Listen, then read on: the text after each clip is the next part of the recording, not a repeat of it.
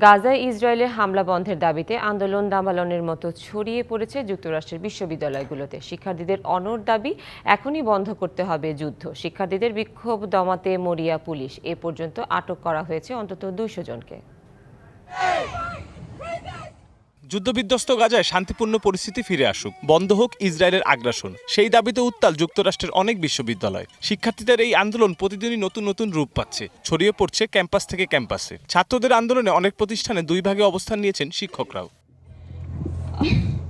গত সপ্তাহে New York City police Columbia বিশ্ববিদ্যালয়ের ক্যাম্পাস থেকে 100-র বেশি বিক্ষোভকারী শিক্ষার্থীকে আটকের পর বিষয়টি বিশেষ নজর কাড়ে বিশ্ববাসীর। আটক শিক্ষার্থীদের বহিষ্কার করে বিশ্ববিদ্যালয় কর্তৃপক্ষ। তাতেই ক্ষোভের আগুন ছড়িয়ে পড়ে। আন্দোলন দমাতে অতিরিক্ত বল প্রয়োগ করছে পুলিশ, এমনটা জানাচ্ছে শিক্ষার্থীদের সংগঠনগুলো। এ পর্যন্ত আটক হয়েছে 200 জন শিক্ষার্থী। আন্দোলন হয়েছে নিউ ইয়র্ক থেকে শুরু করে আবরকলের ক্যালিফোর্নিয়া বিশ্ববিদ্যালয়, ইয়েল, এমআইটি, মিনিসোটা, কাল পলি, মিশিগান বিশ্ববিদ্যালয় ও এমারসন কলেজ সহ যুক্তরাষ্ট্রের গুরুত্বপূর্ণ শিক্ষা প্রতিষ্ঠানে।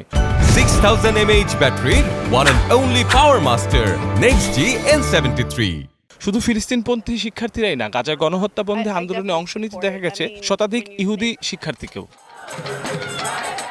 আন্দোলনকারীদের 3 দাবি: অবিলম্বে কার্যকর যুদ্ধবিরতি, গাজায় পর্যাপ্ত ত্রাণ সহায়তা প্রেরণে দৃশ্যমান অগ্রগতি এবং ইসরায়েলের সামরিক বাহিনীর সাথে বিশ্ববিদ্যালয়ের সম্পর্ক ছিন্ন করা। এখনই সময় ইসরায়েলের সাথে সম্পর্ক ছিন্ন করার, তাদের জবাবদিহিতার আওতায় আনার। গাজায় পরিষ্কার গণহত্যা চলছে, কোনো সভ্য সমাজে এটি চলতে পারে না। এমন পরিস্থিতিতে ইসরায়েলপন্থী যুক্তরাষ্ট্রের রাজনীতিবিদরা আন্দোলনকারীদের উগ্রপন্থী বলে মন্তব্য করেছেন।